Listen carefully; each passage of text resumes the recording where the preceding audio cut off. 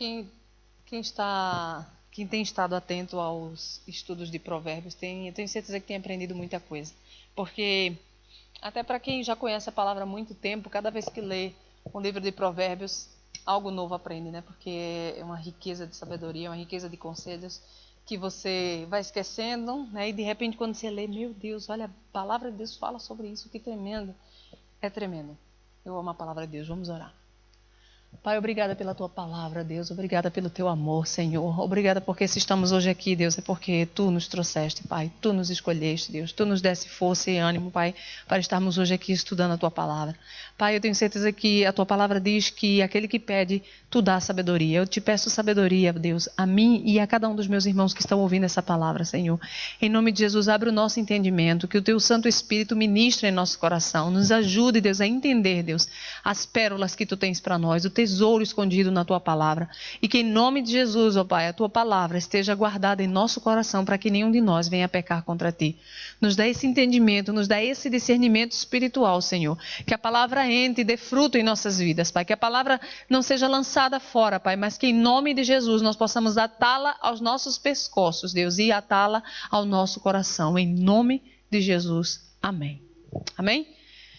Amados, capítulo 12 e 13 são muito parecidos com o capítulo 11 no que diz respeito ao contraste, e no capítulo 10 entre o perverso e o justo. 10, 11, 12 e 13 continua fazendo essa comparação entre o perverso e o justo. E quando nós lemos a palavra perverso ou ímpio, tem algumas traduções que fala perverso, mas a maioria acho que fala ímpio.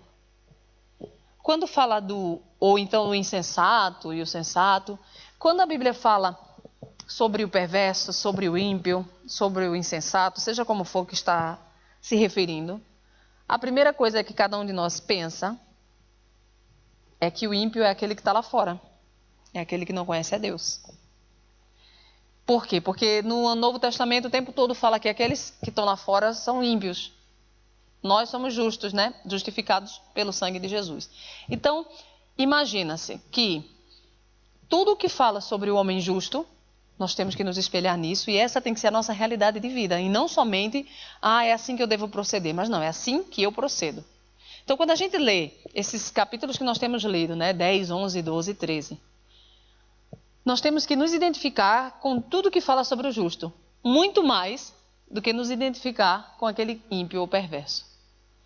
E se nós formos à raiz da palavra ímpio ou perverso, no meu está homem perverso. Por exemplo, no capítulo 12, versículo 1 diz assim: quem ama a disciplina ama o conhecimento, mas o que aborrece a repreensão é estúpido. O homem de bem alcança a favor do Senhor, mas ao homem de perversos desígnios, ele o condena. Onde você está assim? Ou está o homem mau, ou está como?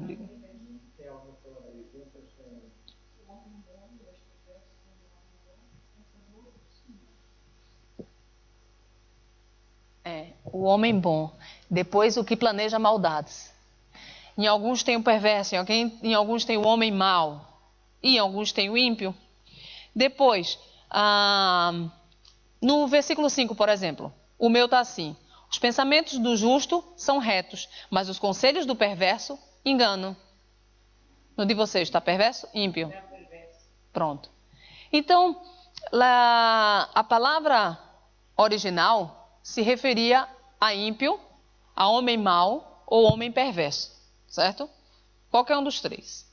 Quando a gente ouve justo, nós pensamos logo, justificado pelo sangue de Jesus, logo sou eu, né? Justos são aqueles que vão para o céu. E os ímpios são aqueles que vão para o inferno, são aqueles que não conhecem a Deus. Mas, infelizmente, nós enxergamos muitos atos de perversidade dentro de nós, dentro da igreja, no convívio com os nossos irmãos, no convívio com aqueles que se dizem ser filhos de Deus. Então, nem sempre quando a gente lê ímpio ou quando a gente lê justo, a gente pode achar que isso é só para os lá de fora. Nós não somos assim, não. Isso é para a gente cuidar para que não sejamos assim. Cuidar. Eu estava ouvindo a pregação do pastor Fernando, do diácono Fernando das semanas passadas, e ele falou assim, que nós que conhecemos a Deus, temos um bom coração. E aqueles que não conhecem a Deus têm um mau coração. Mas muitas vezes é ao contrário. E isso é triste. Deveria ser exatamente como ele estava falando. Deveria ser, tem que ser. Deveria não, deve ser, tem que ser. Mas infelizmente é aquilo que o próprio Jesus pregava, o apóstolo Paulo pregava. O joio e o trigo é o fermento que tenta levedar a massa. Infelizmente, muitos que estão dentro da casa de Deus e não querem correção, não querem transformação. E aí a gente vai ver, eu quero que a gente leia Provérbios como um ensinamento para nós, não como que a gente pense que nós somos esses bonzinhos e que eles lá fora são os maus. Não, tem muita gente lá fora boa, que não conhece a Deus, mas tem atitudes boas. E tem muita gente dentro da igreja que conhece a Deus e são perversas em suas atitudes. Então, que a gente leia esse livro pensando na nossa atitude e querendo sempre mudar. Porque continuar igual, a gente vai parar no inferno. Prova que não somos tão justos como imaginamos que somos. Amém? Então, a obra do justo tem que ser totalmente diferente da obra do ímpio. Isso é ponto decisivo para o cristianismo. Eu quero que o meu irmão lá em cima abra em Eclesiastes capítulo 8, versículo 14. Para a gente ler uma coisa que a palavra de Deus diz. Eclesiastes 8,14. Olha o que diz.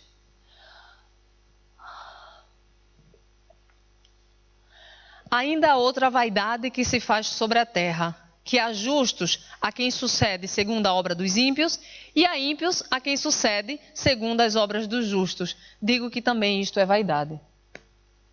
O pregador está dizendo que há ímpios que se comportam como justos, e é mesmo isso, e há justos que se comportam como ímpios.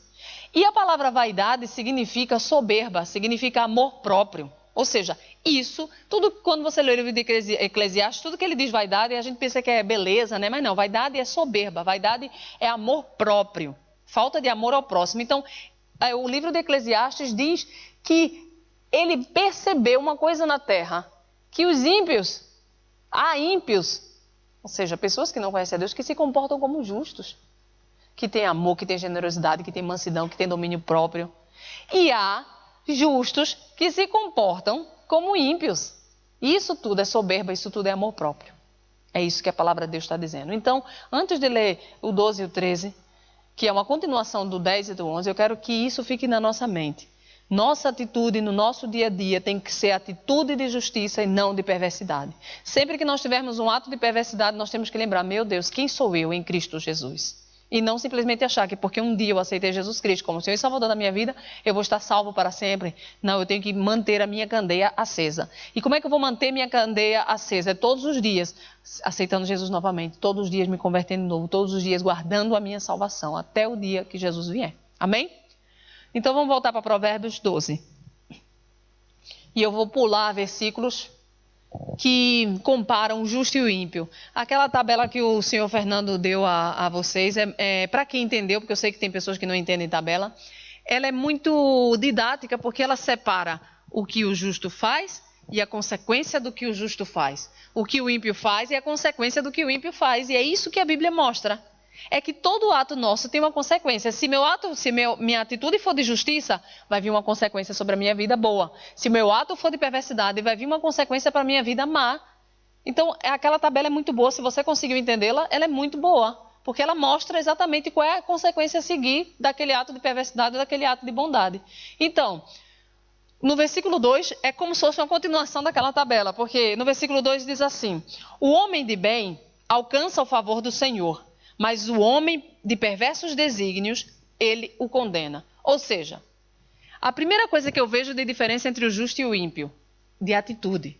Não é o ímpio que está lá fora, é o ímpio de atitude. O justo, ele sempre alcança o favor do Senhor. Você vai ver que a pessoa que anda em justiça, em integridade, em retidão, sempre Deus vai olhar para aquela pessoa, sempre vai alcançar o favor do rei. Porque Deus se agrada daqueles que têm mãos limpas e coração puro. E a probabilidade de Deus abençoar estes é maior. Então, alcançar o favor de Deus é característica dos justos. E aqueles que andam em perversidade vai ser sempre condenado não só a condenação eterna, mas condenado nas suas atitudes diárias. Muitas vezes nós nos portamos como se Deus não estivesse vendo. E são coisas pequenininhas, como o diácono Fernando falou semana passada, a mentira. São coisas que para nós é pequenininha, mas a palavra de Deus diz que a mentira, o pai da mentira é o diabo. Então a mentira não é algo pequeno. Dizer, diz que eu não estou, não é algo mais pequeno. Agora a gente conhece a verdade e sabe que isso é grande. Porque quem está por trás disso é o diabo e eu estou fazendo a vontade do diabo. Então mentira é algo que não pode existir mais na vida de um cristão, ainda que a gente sofra algum dano. Então, o justo sempre alcança o favor de Deus, sempre as misericórdias de Deus, sempre o perdão de Deus, sempre. Mas o ímpio vai ser sempre condenado, porque ele não se converte. Depois no versículo 3 diz assim, o homem não se estabelece pela perversidade, mas a raiz dos justos não será removida. Então eu vejo que o homem perverso, que tem atitudes perversas, ele vai ser exterminado. Mas aquele que anda em integridade, aquele que é justo, é inabalável. A sua raiz, aquilo que ele plantou, não vai ser removido. É por isso que a gente prega tanto que quando vem a tribulação é que a gente vê quem realmente firmou a sua casa na rocha e quem não firmou. E esse é o momento da adversidade, é o momento da dor, é o momento da angústia, que a gente reconhece quem realmente firmou. O justo, ninguém arranca a raiz dele. Ninguém arranca a raiz dele. Mas o ímpio, qualquer coisinha o abala, qualquer coisinha o desfaz. E aí quando você conhece, a palavra de Deus também diz assim, é bom que dentro da igreja haja escândalo, para que a gente possa conhecer quem é e quem não é de Deus. Porque é no momento do escândalo que a gente vê verdadeiramente. Porque todos nós somos lindos e maravilhosos, todo mundo vem arrumadinho para a igreja, maquiados ou não, cabelo penteado ou não. Mas lá dentro, o que a gente faz e quem a gente é, só Deus sabe. E é no momento de ser revelado o pecado, o momento de haver um escândalo, o momento de haver qualquer coisa, é que a gente sabe realmente quem está ali dentro. E a palavra de Deus diz que é bom que haja para que a gente possa conhecer as pessoas. E é mesmo isso. Amém? O justo é inabalável, não há nada que o abale. Depois no versículo 4 ele fala da mulher. E eu quero parar um pouquinho aqui. Por quê? Porque eu quero também dizer que existe a mulher justa e a mulher ímpia. Diz aqui, a mulher virtuosa, e eu quero trazer para a mulher justa, é a coroa do seu marido. Mas a que procede vergonhosamente, ou seja, a ímpia, a insensata, é como podridão nos seus ossos. Olha que tremendo. Porque Deus está dizendo aqui que a mulher justa, a mulher sábia, a mulher virtuosa, é como coroa. Agora pense numa coroa na cabeça de um homem. O que significa a mulher justa é coroa do seu marido. Não é coroa de velho, que lá no Brasil coroa é velha, né? Não sei se aqui é assim. É uma gíria, não, né? Lá no Brasil é uma gíria. Essa é minha coroa e tal. Não, graças a Deus não é. Imagine então o que é. A palavra de Deus dizer que a mulher, quando é sábia, quando é virtuosa, quando é justa, serve como uma coroa na cabeça do seu marido. O que é que vocês imaginam? Honrado. Exatamente. Um homem honrado é a primeira coisa que a gente pensa. Porque a coroa dá um destaque àquele homem. Honra aquele homem. Soberania àquele homem. E força àquele homem. É isso que a coroa dá, não é? A coroa dá soberania, a coroa dá força, a coroa honra e a coroa dá destaque. Quem não vai ver a coroa do rei? Ou seja, a mulher que é justa, o seu marido é no mínimo confiante. Porque está com a coroa. Eu sou confiante, ela é minha esposa. A Bíblia diz que quem encontra uma esposa encontra um tesouro. Então, se a mulher é justa, se a mulher é virtuosa, o seu marido vai ser honrado, o seu marido vai ser destacado, o seu marido vai se sentir confiante porque ela é uma mulher justa. Agora, se ela for uma mulher insensata, se ela for uma mulher louca, se ela for uma mulher ímpia, ela vai ser uma vergonha para o seu marido. E podridão, a palavra de Deus diz podridão para os seus ossos. Agora, imagine você. O osso, ele não fica podre. Vocês sabem disso? O osso não fica podre. Imagina, só é você pensar num defunto lá enterrado, tudo vai ser consumido pelas bactérias e tal. O osso não, o osso fica.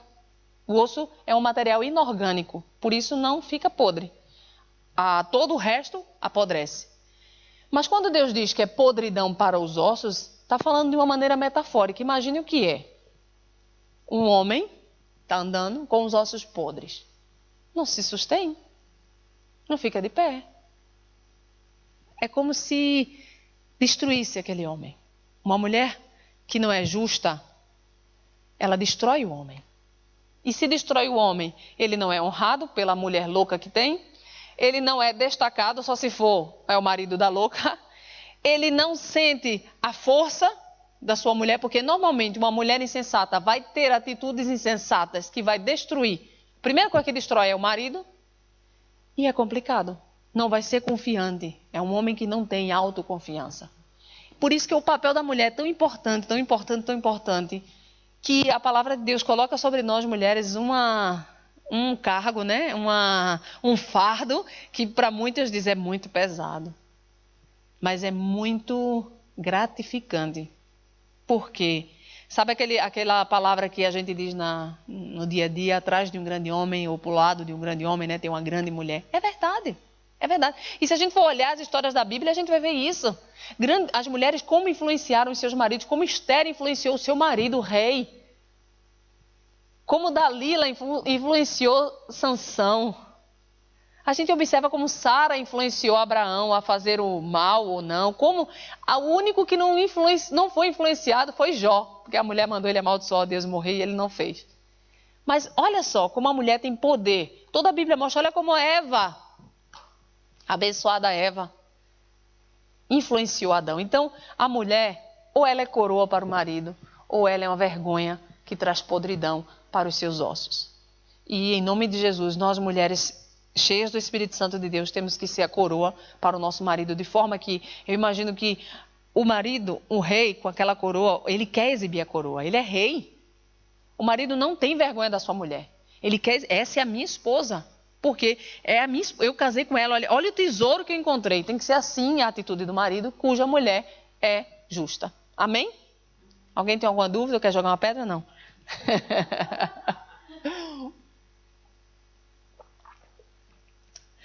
Versículo 5 diz assim: os pensamentos do justo são retos, mas os conselhos do perverso é engano.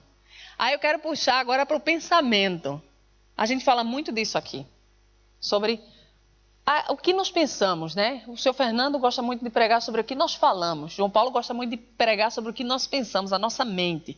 Mas olha só, a mente de uma pessoa justa, ela tem pensamentos retos, pensamentos alinhados, pensamentos corretos.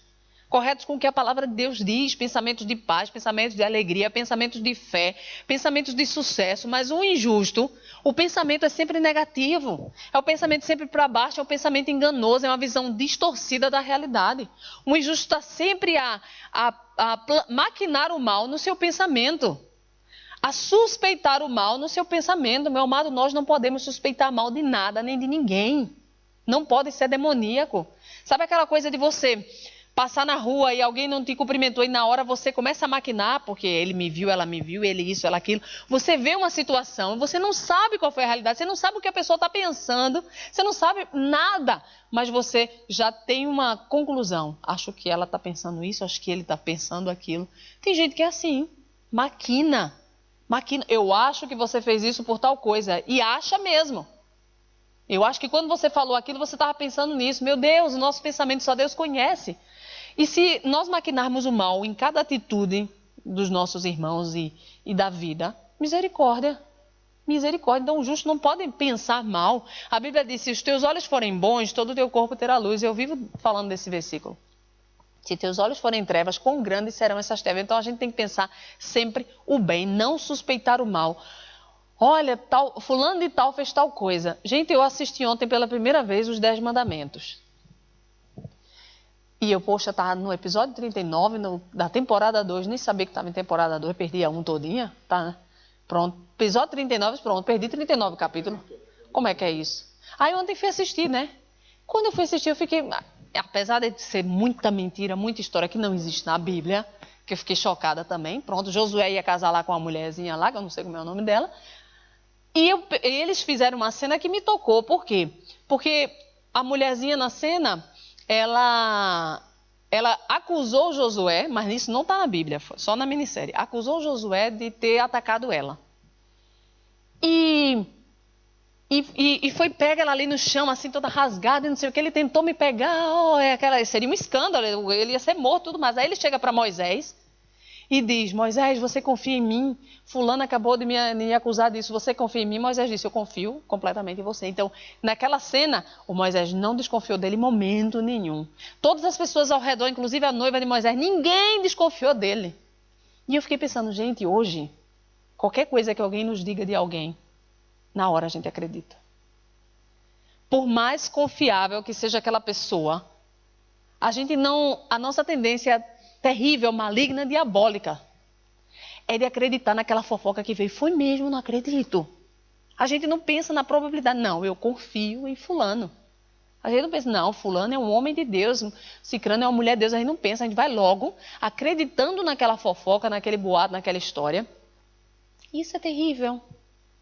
Isso é terrível. Eu lembro de uma irmã, já contei também essa história aqui, que a gente morava em Oiã, e lá em Oiã tinha um homem brasileiro, magro, como o pastor Tiago, moreno, alto, e tinha um Ford Mondeo igual o nosso, não era? Só não sei se era verde. Lembra disso? E aí a irmãzinha chegou lá na casa da outra irmã, uma mulher chegou na casa da outra irmã e disse, acabei de ver teu pastor bêbado num bar. Tiago não bebe, todo mundo do mundo sabe que Tiago não bebe. Mas essa irmãzinha achou de chegar lá em casa, chocada, porque, olha, me disseram que o pastor estava bêbado num bar. Lembra disso, Tiago? Depois a gente foi ver o homenzinho, pior que o homenzinho parece com ele mesmo. Mas meu marido é bonito, mas o homenzinho parece mesmo com ele. Mas a pessoa, ao invés de pegar, não, meu pastor não, você deve ter visto outra pessoa. E confiar na autoridade que Deus colocou sobre a vida dela, a primeira coisa que pensou foi, não, tá certo. Acreditou naquela mulher. E depois, quando veio me contar, nem que já vou defender meu marido. Não, Tiago nem bebe, deixa de conversa pra cá.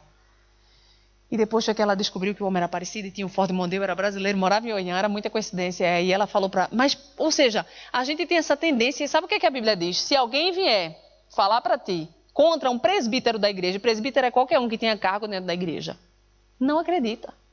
Tem que haver uma outra testemunha para dizer, eu vi também, para que você possa acreditar. Mas se vier alguém dizendo, olha, eu vi, não acredite.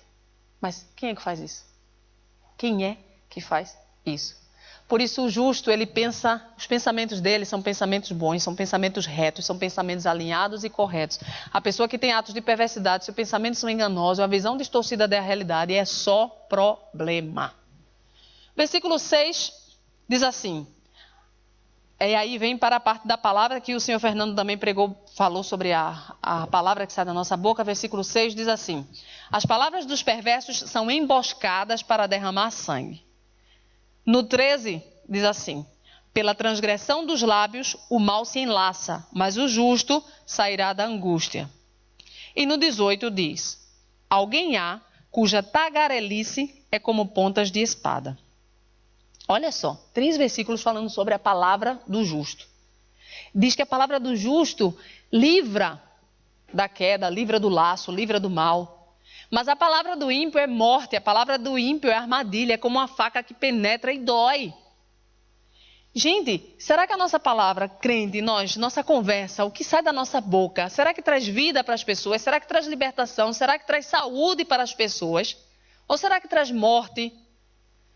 Sabe quantas pessoas as palavras são uma armadilha? Não sei se vocês conhecem gente assim, eu conheço. A palavra é uma armadilha preparada, maquinada, para lhe provar, para entender o que vai dentro da sua mente. A palavra às vezes tem duplo sentido para fazer você cair. A palavra tem uma intenção ali e muitas vezes de obter informação. Tem gente que conversa com a gente, joga uma ideia, mas só para obter a nossa informação sobre qualquer coisa. Joga. Esse tipo de gente é perversa, seja ela crente ou não, é perversa. Eu vou jogar essa ideia. Eu quero falar da irmã Doquinha. Eu vou jogar uma assim. E aí você cai. Há pessoas cuja tagarelice é como uma espada penetrante. Mas a língua dos sábios é saúde. Ou seja, nós temos da nossa boca que tem que sair palavra de saúde. A pessoa chegar para a gente doente, não é doente física, não, é doente emocionalmente, é doente espiritualmente. E o que sair da nossa boca tem que trazer libertação para essa pessoa, porque nós temos o Espírito Santo de Deus, tem que trazer vida. Olha, a gente vê crente influenciando outros pela palavra de maldição que sai da boca. Crentes deixando outros piores do que eles já estão, com uma palavra terrível que sai da boca. Meu Deus! Eu queria que o Micael abrisse aí em 1 Coríntios, por favor, 15:33.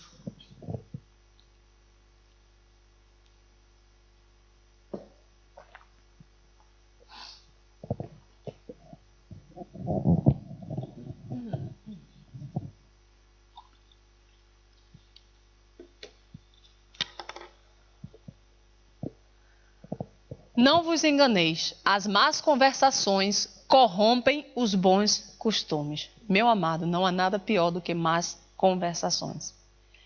Seja crente, seja ímpio, seja o que for, se você está num grupo e você percebe que aquela conversa está indo por um caminho que não é bom perante os olhos de Deus, é uma conversa que tem que ser escondida, é uma conversa que as pessoas não podem ouvir, ou que se chegar fulano ou beltrano a gente tem que calar a boca, corrompem os bons costumes. Ou seja, há pessoas que estão andando no caminho direito. Aí começa a amizade. E aí as ideias começam, as perguntas começam, os debates começam. E daqui a pouco a palavra influencia. E se a minha palavra for saúde, vai trazer saúde para aquela pessoa. Mas se minha palavra for sempre de murmuração, de maledicência, seja lá do que for, a outra pessoa que até andava bem vai ser corrompido. Vai ser corrompido, por isso que a gente tem que fugir da roda dos escarnecedores. E a roda dos escarnecedores muitas vezes está mais perto do que a gente imagina. Amém? Por isso a palavra. Depois, versículo... Eu acho que é 7, deixa eu ver. 7.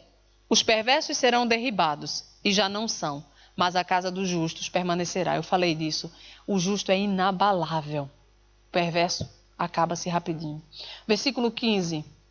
O caminho do insensato, aos seus próprios olhos, parece reto. Mas o sábio dá ouvidos aos conselhos. Olha que tremendo. É outra característica do perverso, ele não ouve conselho, ele acha que o seu caminho está certo. Você vai tentar dar um conselho, vai tentar dar. Você consegue perceber dentro da igreja. Você vai dar um conselho, a pessoa não quer saber. O meu caminho é esse. Por quê? Porque a minha vida, o meu sapato, quem calça sou eu sei onde dói, é o meu estilo de viver, é a minha maneira. E não ouve. E não ouve.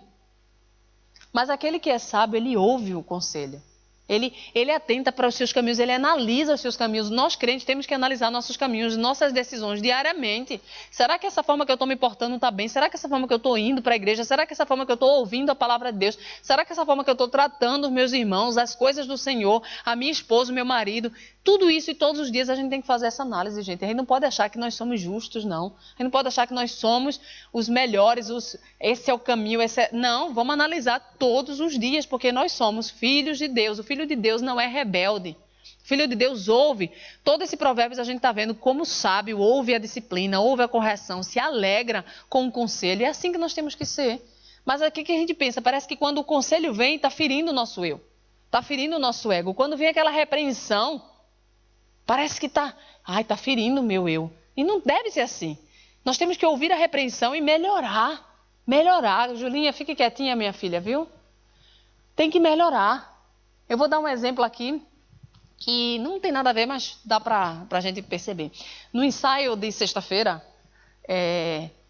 eu estava observando toda a peça e tal, me emocionei, foi muito bonito, tal, mas João Paulo, que estava aqui já há vários dias com vocês, tinha uma outra visão, né? Porque eu achei tudo lindo, todo mundo maravilhoso, os artistas maravilhosos, tal, e João Paulo pegou no pé de seu Manuel. Seu Manuel, tá faltando emoção, não foi? Tá faltando emoção, seu Manuel, cadê não sei o quê, aquela... Pronto. E eu percebi o seu Manuel antes da repreensão e o seu Manuel depois da repreensão. O homem pegou um gás depois da repreensão que estava perfeito. Perfeito, um fariseu. Perfeito, porque eu lembrava, enquanto ele estava ali encenando, eu lembrava de João Paulo dizendo: o senhor tem que fazer como quem está com raiva, né, que está furioso. E eu vi aquele homem furioso. Então, às vezes na nossa vida é mesmo assim, a gente ouvir a repreensão, ouvir aquilo e dá um gás na gente e a gente melhorar. Mas tem gente que pega aquela repreensão, como eu vi também aqui no ensaio, pessoas sendo repreendidas nos seus erros e não, mas eu. Ele ouviu calado, a ideia do João Paulo, calado, não disse em nenhum momento, não, mas eu. Não, calado e melhorou. E quem dizia, não, mas eu, não melhorou, ficou no mesmo lugar. E é mesmo assim na nossa vida. Ou a gente pega aquilo e entende que aquela pessoa que nos deu quer o nosso melhor, quer o nosso bem, ou então misericórdia, nós somos miseráveis. Depois, versículo 17. Diz assim: o que diz a verdade manifesta a justiça, mas é testemunha falsa a fraude. Essa versão eu acho muito feiosa. Tem uma mais bonita. Mas a falsa... Não, peraí, não é essa não. Acho que eu anotei errado.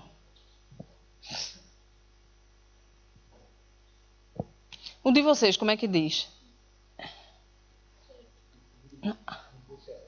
É.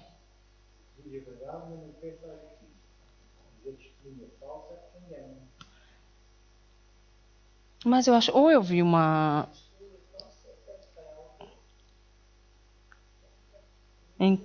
eu acho que eu vou ter outro versículo, então. Peraí. 12. A falta de um coração, mas a alegria tem nenhuma gravura. 17. Eu estava usando várias versões. Mas.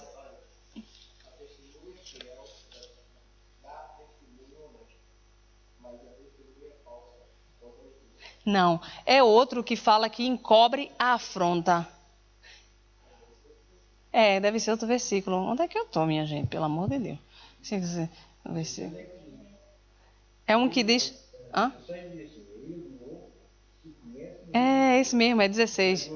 É. Pronto, é esse mesmo. A ira do insensato, no instante, se conhece, mas o prudente oculta a afronta. Olha o que ele está dizendo. Que aquela pessoa insensata, com atos de perversidade, na hora em que é picado, na hora em que é afrontado, se sabe logo, a ira dele se conhece logo, no mesmo dia, na hora. Na hora. Mas aquele que é sábio, ele oculta aquela afronta, ou seja, ele perdoa, ele é longânimo, ele é paciente. E se a gente observar, o senhor Fernando estava falando na última pregação que no trabalho, que ele observava até no trabalho, as pessoas assim são ríspidas, os ímpios, né? São ríspidos assim uns com os outros, não têm paciência uns com os outros, algo desse tipo que eu não estou a recordar muito bem. Que as pessoas estão sempre a tentar fazer o mal, tipo, puxar o tapete uns dos outros, a rapidez com que eles fazem isso é grande. Mas, gente, se vocês observarem, isso é inadmissível dentro da casa de Deus. As pessoas estão sempre a ser intolerantes umas com as outras. Às vezes você diz algo pequeno e a resposta é já. Não existe aquela longanimidade, aquela paciência, aquela de pensar que o irmão está a brincar. Não existe não, é rápido, é um fora atrás do outro. A gente chama o Brasil de fora. Sei como vocês chamam. Eu vejo isso aqui. Eu vejo constantemente aqui. É um falando uma coisa e o outro já dando um fora, é outro. E às vezes, o que é pior, é que às vezes a mesma pessoa que gosta de picar, quando é picado, fica com raiva. E já fui procurada, a pastora fulana falou tal coisa que eu não gostei. Meu Deus, mas um dia tu não disseste tal coisa com a outra fulana, e aí? E aí? Eu não posso achar mal de algo que eu costumo fazer, não é? Eu não posso brincar com o arroz queimado da irmã e no dia que eu queimar o meu bolo ficar com raiva, porque aquela irmã do arroz queimado falou do meu bolo. Eu não posso. Sou hipócrita, eu sou o quê? Então a gente vê isso dentro da casa de Deus, a rispidez com que a gente dá logo um fora no outro, o outro veio, parece que a gente pensa que, às vezes parece que é inveja uns com os outros, inveja com o que eu trago, inveja com o que eu faço. Você não pode me criticar, meu Deus do céu, não pode. Quando eu estava aqui na Festa do Tabernáculos, eu fiz 2 bolos, um deu maravilhosamente bem, o outro também deu bem, só que era menos bonito. Eu comi os 2, gostei maravilhosamente dos 2. Um estava cheio de pedaços de maçãs, assim, estranho mesmo, até o menino brincou dizendo que parecia cogumelo. E tinha uma pessoa do meu lado me picando. Esse bolo quem fez foi Marta, esse bolo quem fez foi Maria. E é uma irmã que eu amo bastante, mas estava ali me picando. E eu, Jesus, Senhor, me segura. Segura, Deus, que a gente passa um dia fazendo as coisas, né, para a casa do Senhor. Vocês sabem o que é isso, né? E é claro que a gente não gosta de ouvir, né? Mas eu lembrava, não, mas um dia eu chateei você, eu vou ter que ouvir, eu tenho que ouvir. Eu não posso, a minha ira não pode se acender. Eu sei que aquela irmã estava brincando, eu sei que aquela irmã... Mas não é isso que a gente costuma ver, é rapidamente o fora, é rapidamente a raiva. E eu não posso guardar aquilo no meu coração. Eu tenho que entender. E isso tem que estar dentro do nosso coração. Ou todo mundo brinca e todo mundo é feliz, porque a gente aqui na igreja brinca mesmo uns com os outros. Ou a gente brinca e todo mundo é feliz e ninguém leva mal. Ou então, meu Deus do céu, eu gosto muito de brincar. Então eu preciso aceitar a brincadeira. Amém? E não ficar com raiva. Eu brinco, mas quando vem brincar comigo ficar com raiva? De jeito nenhum. Mas isso aconteceu, isso é real. Mas o que é que o justo faz? Ele encobre a afronta, ele esquece aquilo, ele perdoa, ele é longânimo, mas o perverso rapidamente se ira, rapidamente fica com raiva, rapidamente vai para casa de boca inchada. E assim não deve ser na casa do Senhor. Amém? Versículo 21 diz assim: nenhum agravo sobrevirá ao justo, mas aos perversos o mal os apanhará em cheio. Meus amados, isso é tão sério, tão sério, tão sério. Porque a palavra de Deus diz: nenhum mal vai vir sobre o justo, nenhum. Isaías diz: quando passares pelo fogo, ele não vai te queimar, nem uma ponta do teu cabelo vai queimar. Quando passares pela água, ele diz: eu estarei contigo. Ou seja, vai haver momento que a gente vai passar pelo fogo, lá que diga. Vai ter momento que a gente vai passar pela água, a gente já passou por uma inundação lá na nossa casa em Silveiro. Vai ter momento, mas Deus promete que nada vai acontecer conosco. E realmente nada acontece conosco. Diga, filha.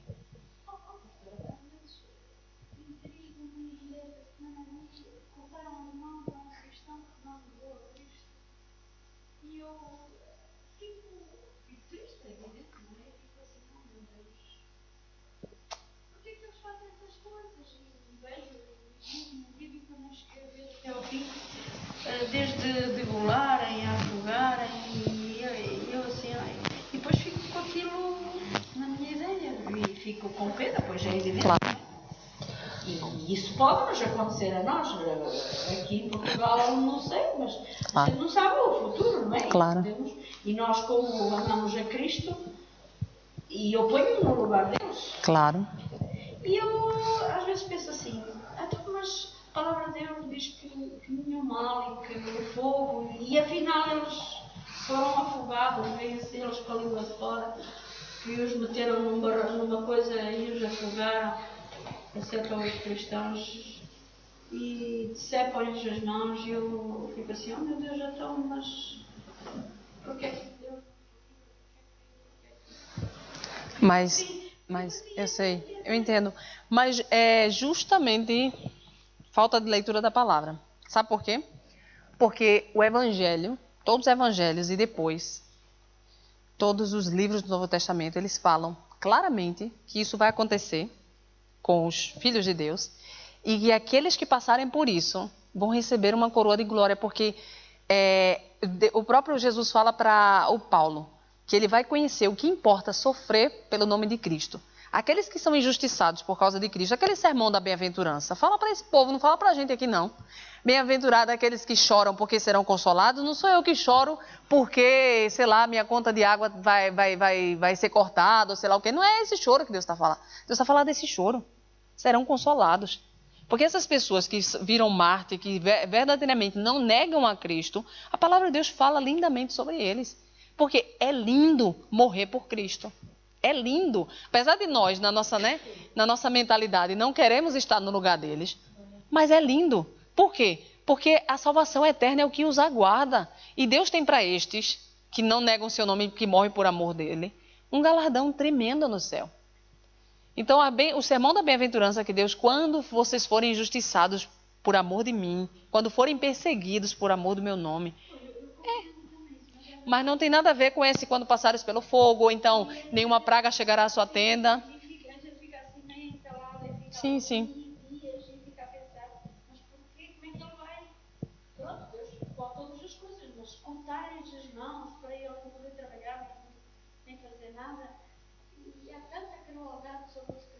Sempre houve. Essa é a base do Evangelho, desde o início. Por isso que eu digo, é a leitura da palavra, porque Deus exalta essas pessoas que morrem não negando o nome dele. Essa é a base do Evangelho. Isso é tremendo. Isso foram os nossos irmãos do início, todos os apóstolos. A gente pensa, João Batista, aquele que gritou, né, o caminho no deserto, raça de víboras, ele morreu e Jesus estava vivo quando ele morreu. Jesus soube da morte dele e morreu por causa de Cristo. E muitos outros morreram por causa de Cristo. Então, morrer por amor a Cristo é uma dádiva. É uma dádiva. E são bem-aventurados. Porque vão ter o seu galardão nos céus. Agora, não tem nada a ver com Jesus salvar como é? Jesus salvar a gente da água, do fogo, Não, ali aquela pessoa está sendo provada, se nega ou não a Jesus. Percebe? E muitos de nós vamos passar pela provação. E aqueles que vão ficar, que eu espero que nenhum de nós fiquemos, vão passar por isso também. Não se converteu, não se organizou agora, está ouvindo a pregação e não se converte.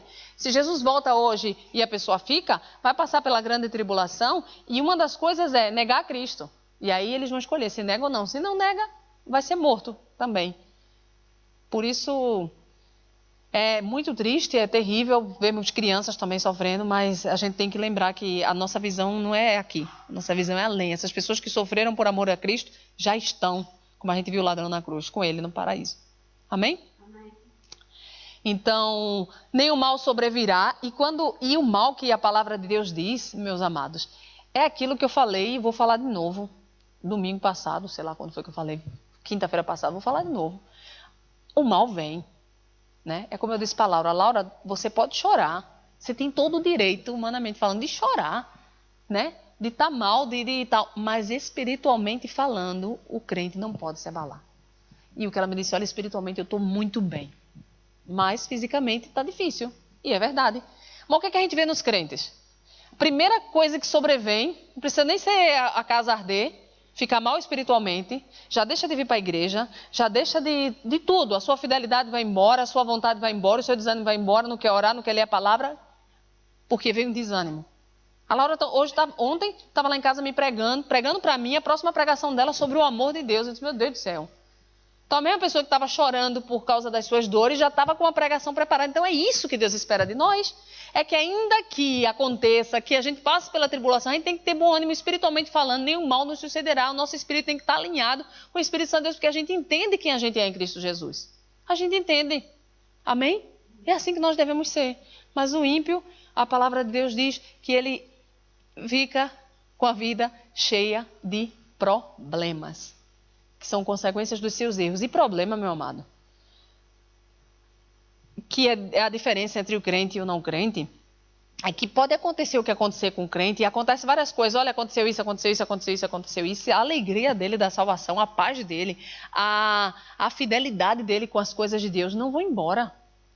Mas o ímpio, começa a vir problema, e o ímpio cristão, digamos assim, o perverso cristão, começa a vir problema, meu Deus do céu.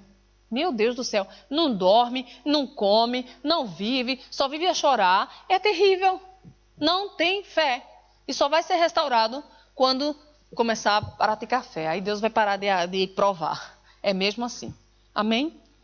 No versículo 26, fala outra coisa importante que é: o justo serve de guia para o seu companheiro, mas o caminho dos perversos os faz errar. Meus amados, quando o crente se junta, tem que ser para melhor. Tem que ser para melhor. Como é que eu posso juntar-me com um irmão? Como é que eu posso juntar-me com um irmão e fazer ele errar? Como é que eu posso me juntar com alguém no meu trabalho e dar conselhos maus a eles? Sabe que tem gente crente que se junta com outro e faz o outro errar, faz o outro pecar, faz o outro cair. E nós temos então que ver quem é o perverso realmente, quem é o ímpio realmente, quem é o justo realmente que a palavra de Deus está dizendo. Nós temos que fazer com que o nosso companheiro melhore, com que o nosso companheiro progrida, com que o nosso irmão vá a Cristo e não caia. Amém? Porque esse não é o nosso papel. No capítulo 13, versículo 5, apesar de eu ter falado muito, só passou meia hora. No capítulo 13, no versículo 5, diz aquilo que o irmão Fernando, diácono, pregou semana passada. Ele diz assim: o justo aborrece a palavra de mentira, mas o perverso faz vergonha e se desonra. O justo odeia a mentira. O crente tem que odiar a mentira. Crente mentiroso não pode ser filho de Deus. Amém? Não pode, porque a Bíblia é verdadeira ou o homem é verdadeiro. A Bíblia diz que aquele que mente continua em pecado até hoje. Aquele que mente é filho do diabo. Então, crente mentiroso é uma vergonha. É uma vergonha e se desonra, é o que a palavra de Deus diz. Versículo 9. A luz dos justos brilha intensamente, mas a lâmpada dos perversos se apagará. Sabe aquela pessoa cheia do Espírito Santo de Deus que se apagou, que você diz, fogo? Era tão cheio do Espírito que se apagou de repente? Era um vagalumezinho. Era o quê? Era, só fachada, era um vagalumezinho. Porque a luz do justo brilha intensamente, como a luz de Paulo e Silas presos de cabeça para baixo na prisão. Estavam louvando a Deus, adorando a Deus. Isso é uma luz que brilha intensamente. A luz de José, que foi preso, estava lá na cela e estava dando bom testemunho. Mas o crente que se apaga rapidamente é um crente perverso, né? Tem que se analisar, tem que se corrigir. A nossa luz tem que brilhar, mesmo na tribulação, mesmo na dor, mesmo não concordando, mesmo furioso, a nossa luz tem que continuar brilhando. Versículo 21 diz também: a desventura persegue os pecadores, mas os justos serão recompensados com o bem. Meu amado, Deus recompensa tudo que nós fazemos, as consequências dos nossos atos. Deus recompensa cada um de nós. Mas ele diz também que a desventura persegue os pecadores. Ou seja, o justo vai ser recompensado pelo seu trabalho, o perverso também vai. Por isso, meus amados, crente perverso vai sofrer em dobro.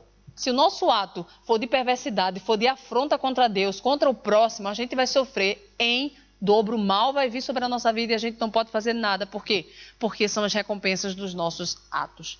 No versículo 25 diz assim: o justo tem o bastante para satisfazer o seu apetite, mas o estômago dos perversos passa fome. Agora pense. Ele diz, o justo tem o bastante para ficar satisfeito, mas o estômago do perverso passa fome. Agora imagine, é um perverso rico, pastora, como é que passa fome? Alguém pode me explicar? Por que a palavra de Deus diz isso? O justo tem o bastante para satisfazer o seu apetite, mas o estômago dos perversos passa fome. Mas se for um perverso rico, como é que passa fome?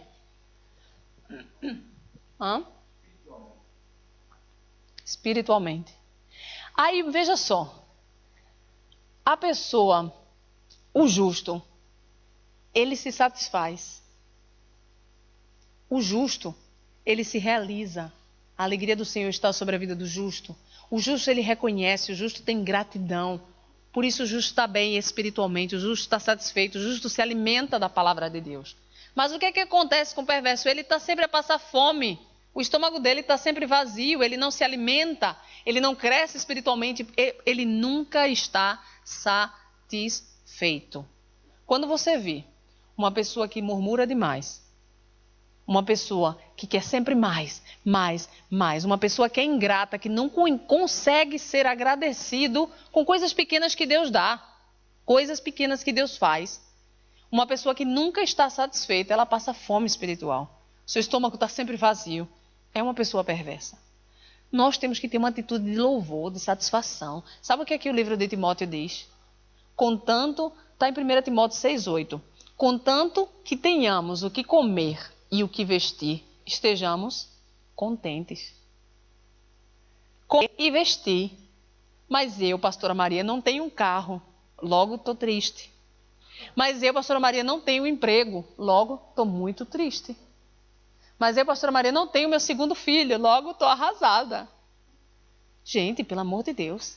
Contanto que eu tenha o que vier fora isso, é lucro. Mas a gente está triste com tudo. A gente está insatisfeito com tudo, gente.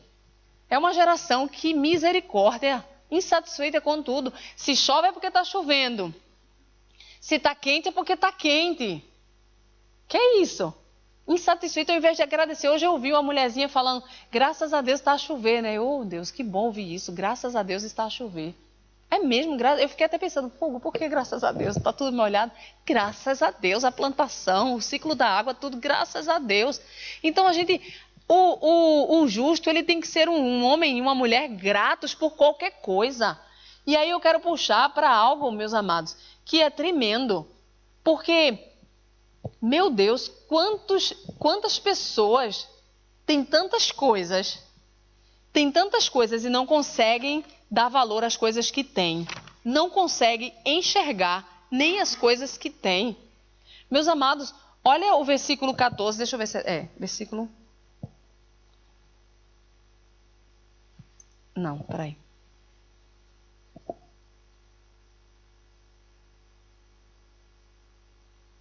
Deixa eu ver se é 14. Lá vim eu anotando tudo. Ah, não. Eu quero que você veja do capítulo 12, o 11 e o 12. Diz assim. Depois a gente vai ver mais. O que lavra a sua terra será farto de pão, mas o que corre atrás de coisas vãs é falto de senso. O perverso quer viver do que caçam os maus, mas a raiz dos justos produz os seus frutos. Depois, o 13, 7. Uns se dizem ricos sem terem nada. Outros se dizem pobres, sendo muito ricos. O que é que isso tem a ver com estar satisfeito, estar realizado? A gente sabe que hoje em dia, né, a busca pela riqueza, pela satisfação pessoal, essa coisa toda, está deixando o povo muito longe de Deus. Muito longe de Deus. Eu até postei no Facebook hoje uma frase que é: quem disse a frase, eu tudo te darei se prostrado me adorares, foi Satanás. As pessoas estão querendo que Deus dê tudo, vou adorar a Deus para Ele me dar tudo. Não, quem prometeu isso foi Satanás. Deus disse, me adore, carregue sua cruzinha, negue-se a si mesmo. O que Deus prometeu é totalmente diferente do que o povo está buscando. E isso é sério. E aí cria-se dentro da igreja a teoria da prosperidade, da riqueza, pastores com carro de luxo, dizendo para os irmãos que é mesmo assim. Aí as pessoas olhando os pastores pobres e achando que eles não têm poder porque tem pastores ricos andando de carro de luxo. Pelo amor de Deus, eu quero andar como Jesus diz que nós devemos andar. Se Ele tiver para mim um carro de luxo, glória a Deus, aleluia. Se Ele tiver para mim uma carruagem de princesa, uma carruagem daquelas do Brasil, que é um jegue, eu tenho que aceitar o que vem de Jesus Cristo. É bom, gente, seja o que for. Mas o povo quer, não, o povo está almejando as riquezas de Davi, mas ninguém quer pagar o preço que Davi pagou. O povo almeja, né, fazer maravilhas, os milagres que Moisés fez, mas ninguém quer passar pela tribulação que Moisés passou no deserto. Ninguém. Ninguém quer pagar o preço de Daniel em oração, mas quer servir ao rei, quer estar lá em destaque, quer ser governador. Vai para a prisão e não consegue nem sorrir na prisão, mas eu quero ser governador. O povo hoje em dia tem um evangelho deturpado na mente. Aí correm atrás de coisas que Deus não prometeu. E a palavra de Deus diz, uns dizem que são ricos e não têm nada. Isso tem a ver com essa satisfação que eu comecei a falar. Outros se dizem pobres sendo muito ricos. Ou fingem, tem algumas versões que dizem finge, que é o... Aí pensa, como é que um rico é pobre? Como é que um pobre é rico? Tem tudo a ver também com o que o diácono Fernando pregou semana passada. Sobre a generosidade. Gente, pelo amor de Deus, quanta gente rica e dá nojo, fingindo que é pobre. Mas é um avarento, e a palavra de Deus diz que os avarentos não herdarão o reino dos céus. É uma falsa humildade, é uma mentira. É uma mentira você ter dinheiro guardado no banco, é uma mentira você ter suas riquezas, e não, mesmo que não sejam muitas, mas ficar fingindo uma vida pobre, uma vida humilde, que é para ninguém me pedir nada, que é para ninguém saber que eu tenho, que é para guardar para os meus filhos brigarem a vida toda e se matarem. Gente, isso não vem de Deus. Deus é um Deus generoso, Deus é um Deus de amor. Não estou dizendo que é pecado você guardar no banco, não, mas é um pecado você fingir que é pobre. Fingir que é pobre é avareza. É tipo, é teu. Eu tenho, olha, Deus me abençoou, eu tenho. Não posso estar distribuindo não, porque eu estou pensando em alguma coisa. Mas fingir que é pobre, isso é hipocrisia. Isso é avareza. Isso é urgente, porque a palavra de Deus diz que os avarentos não herdarão o reino dos céus. O caráter do nosso Deus é um caráter de generosidade. Dentro de nós tem que habitar a generosidade. A mesma coisa é um pobre fingindo que é rico. É a pior coisa do mundo, é o pobre fingindo que é rico. Está todo pomposo, eu não posso nem dizer porque está na internet. Está todo pomposo, todo maravilhado. Quando chega em casa não tem o que comer. Mas está lá na pompa, está lá. Eu conheço gente no Brasil assim, gente. Era incrível. Era a pessoa mais rica do mundo. Até o momento que você chegava na casa da pessoa e a pessoa não... Para que ostentar? Para que ostentar? Olha, a minha realidade é essa. Hoje eu estou passando por essa necessidade. O que tem as pessoas saberem? A verdade anda comigo. Jesus anda comigo. Agora eu fingi. Eu sou pobre e fingi que sou rico. Ou eu sou rico e fingi que sou pobre. Se eu sou pobre e fingi que sou rico, eu sou no mínimo metido. Soberbo. Que não quero que ninguém saiba que agora eu estou mal. Se eu sou rico fingindo que eu sou pobre, eu sou um avarento. E tudo isso é hipocrisia. Aí no capítulo 12, no versículo 9, diz assim, melhor é o que se estima em pouco e faz o seu trabalho, do que o vanglorioso que tem falta de pão. Em outro diz assim, melhor é aquele que se estima em pouco e é servido, do que o vanglorioso que não tem com quem lhe sirva. É melhor você dizer, olha, a minha realidade é essa, do que você estar ali se vangloriando e não ter nada. É tudo hipocrisia, é tudo vaidade. E sabe o que mais? Quando nós fingimos que somos pobres, Sabe o que vai acontecer sobre a nossa vida? Aquilo que diz, eu acho que agora é, no versículo 14, do 12, cada um se farta de bem pelo fruto da sua boca, e o que as mãos do homem fizerem, ser-lhe-á retribuído. Se eu fico fingindo que sou pobre, eu vou atrair a pobreza. Eu vou atrair a pobreza. Eu já vi gente rico fingindo que é pobre, justamente o sentido era esse. Eu quero que ninguém está me pedindo nada. Então eu vou fingir que eu sou pobre. Hoje, tá difícil. Hoje eu só comi pão. Mentira, pelo amor de Deus. Não diz, não quer dizer, não diz o que comeu. E ideia da conta não é da conta de ninguém. Meu amado, quando a gente finge, a gente está trazendo sobre nós aquilo que a nossa boca está dizendo. Está difícil, a vida está dura. Que dura? Sabe o que é uma vida dura? Isso, meu Deus do céu. Eu falo com a maior das minhas emoções. Sabe o que é uma vida dura? Olha, já está. Meu amado. Pois. Meu amado. Sim. A gente precisa, eu queria levar muita gente daqui mesmo, daqui, da igreja, daqui, que eu já conheci, queria levar para a realidade. Porque isso que nós vivemos aqui não é realidade, é sonho. Sabia que é sonho? Conto de fadas o que a gente vive aqui. Queria levar para a realidade. Eu queria levar mesmo. Eu lembro que uma vez teve um irmão aqui na igreja em Aveiro, que foi fazer missões no Brasil. Eu e o Tiago ficamos tão felizes. Lembra, Tiago, que ele foi fazer missão no Brasil? Aquele menino merecia fazer missão no Brasil e foi. Ele disse, nunca mais volta lá. Merecia. Querer comprar um iogurte de 22 cêntimos e chegar lá ter que dar R$22. Ou seja, não tomar iogurte. Criança não toma iogurte com a frequência que a gente toma aqui. Meu Deus do céu. As crianças não podem ir para a escola porque não tem dinheiro para pagar a escola. Que realidade, que maravilha. Portugal é uma bênção, igreja. Portugal é uma bênção. A vida está dura. Não sabemos o que é vida dura. Não sabemos o que é vida dura. É de você chegar e dizer, eu quero lanchar, estou com vontade de comer alguma coisa. Aí vai comer açúcar. Está com vontade de comer doce? Vai comer açúcar. Porque você está com vontade de comer doce. Quantas vezes eu já comi Nescau em pó, chocolate em pó misturado com leite em pó, porque estava a fim de comer o quê? Uma bolacha, mas não tinha. Então, Nescau com leite em pó. Nescau com leite em pó, maravilha. Está a fim de comer um doce? Olha aí, filha, açúcar, toma açuquinha. Tenho uma raiva até hoje quando eu digo quero comer doce e Tiago diz, olha açúcar aí. Aí se hoje eu quero comer doce, 20 cêntimos eu posso comer qualquer coisa. 20 cêntimos eu posso comer uma coisa doce. Vida dura, meu Deus do céu. É não ter...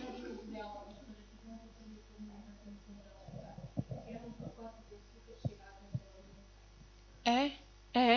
E é isso, a vontade que eu tenho é de as pessoas que estão reclamando com barriga cheia. Eu vi uma frase de uma pessoa dizendo, minha vida é miserável. Meu Deus do céu, uma pessoa que tem tudo. Tudo.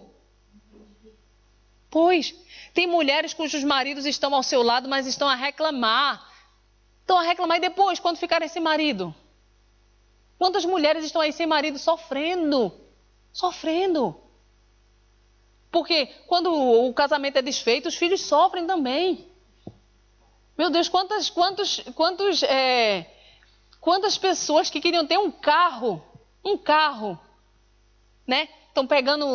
Eu queria que vocês vissem a imagem que Gilberto me mandou hoje. Eu queria que vocês vissem, vou passar ali no telão. Eu vou passar, domingo eu tenho que passar no telão. Trouxe hoje. O metrô abrindo, né? O metro não, o comboio abrindo. A mulher queria descer. A quantidade de gente subindo, para mais de 200 pessoas subindo, e ela querendo descer e não conseguia. E é a realidade de São Paulo, é a realidade do dia a dia. A mulher gritou, eu quero descer. E era muita gente. Foi no meu Facebook que ele mandou uma mensagem. O povo andando. Gente, é a realidade do dia a dia. E a gente reclamando. Diga. Primeiro saem na escola e não chegam a educação, aquilo que era provado lá. Primeiro todo mundo sai e depois todo mundo entra. Mas vão chegando para as... Não, mas a realidade é outra, gente. Olha qual é a realidade. É que o povo passa por em São Paulo especificamente. Que é isso? Em São Paulo, É muita gente. É muita gente na cidade de São Paulo. Muita. Como é que aquilo aguenta de tanta gente? E depois é muito carro na rua que vocês estão a imaginar um engarrafamento para você chegar daqui para Aveiro, mais de 1 hora de trânsito. Mais de 1 hora. Aí o povo vai tudo de comboio e é muita gente que não tem carro. Então aquele comboio vai lotar de uma maneira tão grande que o próximo também vai lotar de uma maneira tão grande que você sai do trabalho cansado e quer ir para sua casa e você vai imaginar que você ainda vai esperar uns 5 ou 6 comboios para você poder entrar. Então a gente está falando de uma multidão e a multidão não quer esperar, quer chegar logo em casa. Então começa o alvoroço, eu quero, então todo mundo quer entrar. E o maquinista dizendo, calma, vocês entrem com calma que vai vir um outro comboio, um outro trem, vocês pegam outro trem, o maquinista falando. Mas o povo não quer, o povo quer chegar em casa. Sabe por quê? Porque amanhã vai ter que acordar cedo para ir fazer tudo de novo. Então é o desespero do homem. Ou seja, gente, a vida é muito fácil. A vida é muito boa. Nós não podemos reclamar da vida. A gente tem que sempre pensar que há coisas piores. Que há pessoas que estão de cama, tem pessoas que estão no hospital. Por isso que eu não reclamo da vida. Eu não reclamo, eu fujo o máximo. Quando eu me vejo reclamando da vida, eu mudo automaticamente o meu pensamento. Nós não podemos. Porque sabe o que, pode acontecer? É Deus fazer com que a gente experimente. E eu não quero que Deus faça isso comigo. Mas tem gente pedindo, tem muita gente dentro da igreja pedindo para Deus experimentar, fazer, faz Deus, faz. Porque eu não estou dando valor à minha vida, não estou dando valor à minha família, à minha casa, ao meu marido, aos meus bens, não estou dando valor à comida que tenho na mesa, não estou dando valor a nada. Infelizmente é isso. Que é isso, Tito? Veio aqui mostrar? Não, né? Ah. O que foi?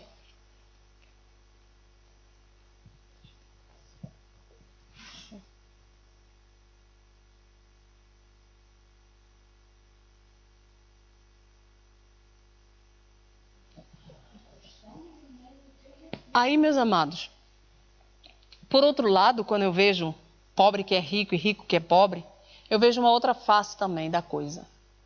Tem pobre que é rico, e é aquilo que o diácono pregou semana passada, a generosidade. Você olha, tem pessoas que, meu Deus, não tem nada, mas está sempre a oferecer, está sempre a dar, está sempre a oferecer, está sempre a dar. Eu fico boba.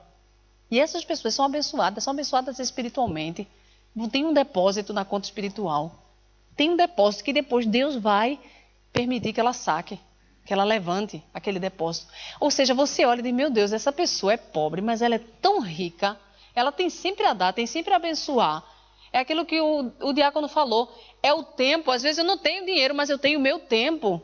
Eu tenho minhas habilidades manuais, é alguma coisa, eu vou dar, eu vou fazer, eu vou ajudar. É muito rico. Isso para Deus é riqueza. Deus olha isso, Deus olha a nossa vontade, dentro da nossa limitação, se nós fizermos o máximo, nós somos generosos. Mas nem aquilo que nós podemos, nós fazemos. Aí a expressão, tem rico que é pobre. Tem rico que é tão pobre que a única coisa que tem é dinheiro. É mesmo isso, só tem dinheiro, não tem mais nada. É como eu costumo dizer, dá chau de mão fechada que é para não cair dinheiro. É um coração duro, não abençoa, não é generoso. E, gente, eu tenho pavor de crente avarento. Pavor mesmo. Para não dizer outra palavra forte. Mas pavor. É aquele crente que não doa nada. É aquele crente que não é sensível. Gente, ser sensível ao redor, ao que se passa. Às vezes, nem precisa saber o que está se passando. Às vezes recebe uma mensagem da pastora, dizer, olha, tal coisa, assim, colaborem, cooperem. O crente avarento não participa, não quero nem saber. Não tenho, o que eu tenho é meu, da minha família. E é estranho, por quê? Porque o amor de Deus, que é derramado sobre nós, ele vem completo de caráter de Deus. Deus doou o seu filho. Nós não doamos nem um pacote de feijão. Cada vez que tem aqui Santa Ceia, nós fazemos a coleta de alimentos. A quantidade de pessoas que tem aqui na igreja, para a quantidade de alimentos que aparece aqui na frente, é uma vergonha. É uma vergonha. Mas sabe por quê? Porque a nossa mente, muitas vezes, fica julgando para onde vai, quem vai receber. Ou seja, juiz, nós somos juiz, o papel de juiz. Não conseguimos dar e dizer, olha, eu estou abençoando, eu não quero saber, eu estou abençoando. Não conseguimos. É uma vergonha. Mas nós queremos ser abençoados. Nós não sabemos o dia de amanhã. O amor de Deus está derramado sobre nós. Deus é generoso, Deus doa, Deus é abençoar. Meu Deus do céu. E Paulo falou da generosidade da igreja de Filadélfia. Uma igreja pobre, Filadélfia não, acho que era Filipenses. Uma igreja pobre, mas que era rica em generosidade, que foi quem mais abençoou o ministério dele. Vá, Tiago. Tiago está querendo mostrar a vocês, bora. A realidade dura da vida. Vai. Muitas cidades, mas é especificamente São Paulo. Essa mulher quer sair, coitada.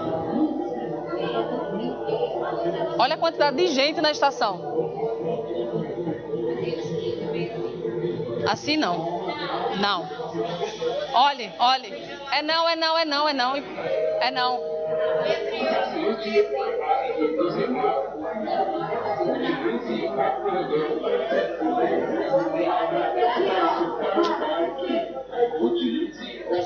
Cadê a mulher?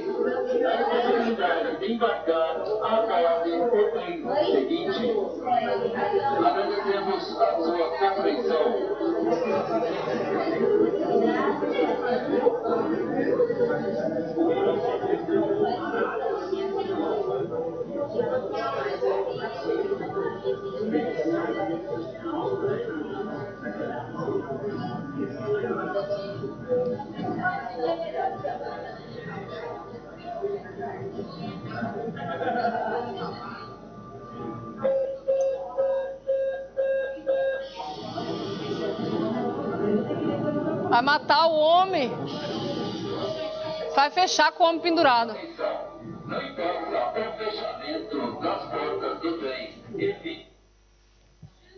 Isso aqui é uma vida dura, gente.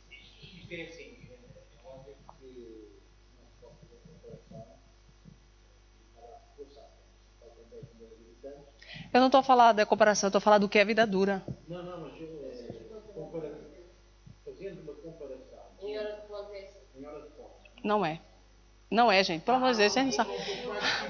Não é ponto final, pelo amor de Deus. Não, claro que não é. Não é. Vocês não sabem nem o que estão a falar, não é. Nem comparando com o número de população. A pessoa passar horas para poder chegar em casa por causa de engarrafamento, fogo. Não é. Não tem como ser.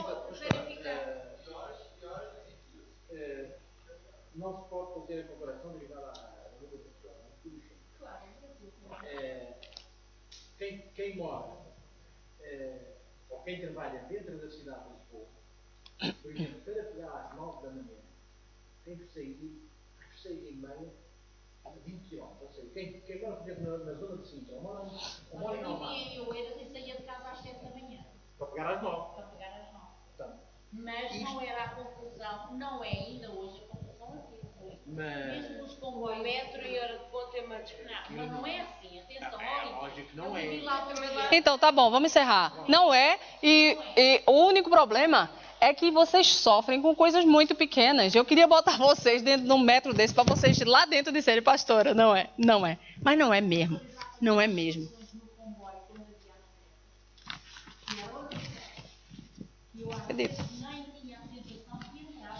Acredito. Eu não meti os fui, mas era gordinha na altura, eu cheguei a dar no ar. Ou seja, aqui em Portugal, vocês não sabem verdadeiramente que é uma vida difícil. Não sabem. Pelo menos as pessoas que eu conheço não. Vida difícil a gente vai, é isso que nós temos que dar graças a Deus. É reconhecer e agradecer a Deus pelo que tem. Aquele dia que não tem, agradecer na mesma, mas as pessoas querem sempre mais, então sempre, vida desgraçada, não sei o que. Ou seja, se a gente era do mundo, tudo bem, mas agora a gente é crente, agora a gente tem que ter outra mentalidade.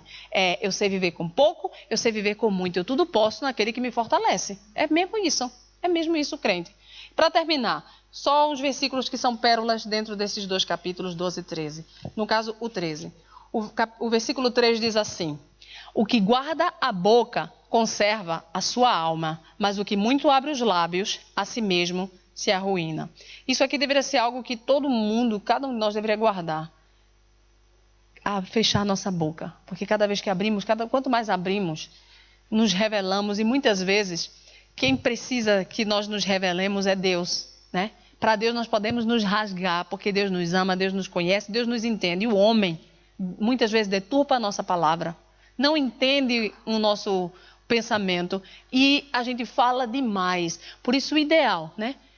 Eu gosto muito de observar e pouco de falar. Se eu entro num ambiente, tá aquela discussão, sei lá o que, eu estou observando, mas ficar falando, me expondo, colocando já meus pontos de vista, não. Deixa estar. Vamos ficar calado. Guarda a boca e conserva a sua alma. Mas o que muito abre os lábios vai vir a ruína cedo ou tarde. Esse versículo é lindo. Depois o versículo 18 do mesmo capítulo diz assim: pobreza e afronta sobrevêm ao que rejeita a instrução, mas o que guarda a repreensão será honrado. Meu amado, a repreensão, por mais dura que seja, traz honra. Quando eu rejeito a repreensão, rejeito o conhecimento, os conselhos, como o senhor Fernando também falou na terça sobre os conselhos, né? Da gente ouvir muitos conselhos e chegar a um denominador comum, é mesmo isso, é aquele que rejeita, eu não quero saber o que diz a palavra de Deus, não quero saber a instrução, vai vir a pobreza e vai vir a afronta, é a palavra de Deus. E muitas vezes nós temos, porque nós somos seres humanos, né? E temos coração, e nos colocamos no lugar das pessoas, e claro que temos pena das pessoas que estão a passar por pobreza, ou por afronta, ou por não guardar a palavra de Deus. Aí sobrevém aquele mal, e é claro que a gente tem pena. Mas, por outro lado, a gente tem que glorificar a Deus, porque a palavra dele está sendo cumprida. E se é para o castigo daquela pessoa, vai ser para alguma coisa boa. Deus vai castigar aquele que ama. Então, muito mais hoje em dia, eu glorifico a Deus quando eu vejo alguém sofrendo por uma consequência de algo feito mal. Eu agradeço muito a Deus, porque quando você sofre ali aquele mal, logo você se arrepende e volta para o caminho certo. Mas quando você continua errado, e Deus não vem com aquele castigo, e você continua errado, meu Deus do céu. Meu Deus do céu. Ou então você não reconhece que é Deus. Depois, versículo 20. Quem anda com os sábios será sábio, mas o companheiro dos tolos se tornará mal. Por isso, meu amado, escolha as suas amizades, pessoas sábias, pessoas direcionadas, pessoas cuja boca falam palavras de verdade. Não escolha pessoas que só falam, são maldizentes, ou são murmuradores, ou são sei lá o quê. Não escolha. As pessoas têm uma ideia errada, muito errada acerca de igreja. Somos corpo, somos membros do corpo, somos, mas a gente tem que lembrar que dentro da igreja tem todo tipo de gente, dentro da igreja tem o joio, dentro da igreja tem o trigo. E Paulo lá em 1 Coríntios, no capítulo 5, ele diz, olha, se houver entre vocês um irmão que se diz ser crente, mas for bebarrão, maldizente, ele começa a dizer as características, nem com esse coma. Ou seja, ele está dentro da igreja, ele diz que é irmão, mas nem com esse coma. Então, até não é pelo fato de estar dentro da igreja que a gente, não, vamos agora ser super irmão, vem na minha casa que eu vou na tua. Não. Eu sou sábio, nós temos que ser prudentes e sábios. Amém? E para terminar, o versículo 24 diz assim: o que retém a vara aborrece a seu filho, mas o que o ama, cedo o disciplina. E eu acho tremendo, porque a gente já conhece isso para o nosso dia a dia como mãe, mas pensando em Deus, cedo o disciplina. Eu tenho visto Deus agir logo. E eu glorifico a Deus. Eu tenho visto pessoas errarem Deus logo, cedo. Vir com a sua mão. Isso é amor, gente. Isso é amor, porque imagina que Deus demora a nos corrigir. Imagina, aonde vai dar o nosso erro? Por isso, é clamar a Deus, Senhor, que é a oração que eu faço todos os dias. Se eu estiver errando nesse meu pensamento, Pai, se não for assim, se eu estiver errando nessa atitude, nessa maneira como eu quero proceder, em nome de Jesus, Pai, me barra, mostra, faz com que eu tropece, em nome de Jesus, não me deixa, porque ir sem a bênção de Deus, tomar uma decisão sem a bênção de Deus é terrível. Então, que cedo ele venha e coloque a mão dele. Essa tem que ser a nossa oração. É melhor vir a mão de Deus, por mais pesada que seja, logo, do que a gente andar fora da presença do Senhor. Amém? Amém. Então, assim terminamos o 12 e o 13. E próxima semana, continuamos em nome de Jesus. Vamos orar? Pai, obrigada pela tua palavra, obrigada pelo teu ensino, obrigada pelo teu amor, pela tua correção, Senhor. Continua nos ensinando, continua ministrando em nosso coração, Senhor. Em nome de Jesus, ó Pai, abençoa os nossos irmãos, Deus. Abençoa cada um dos nossos irmãos que estão em casa agora, Pai, que vão trabalhar essa noite, que vão trabalhar amanhã. Reveste-os de força, Senhor, em nome de Jesus.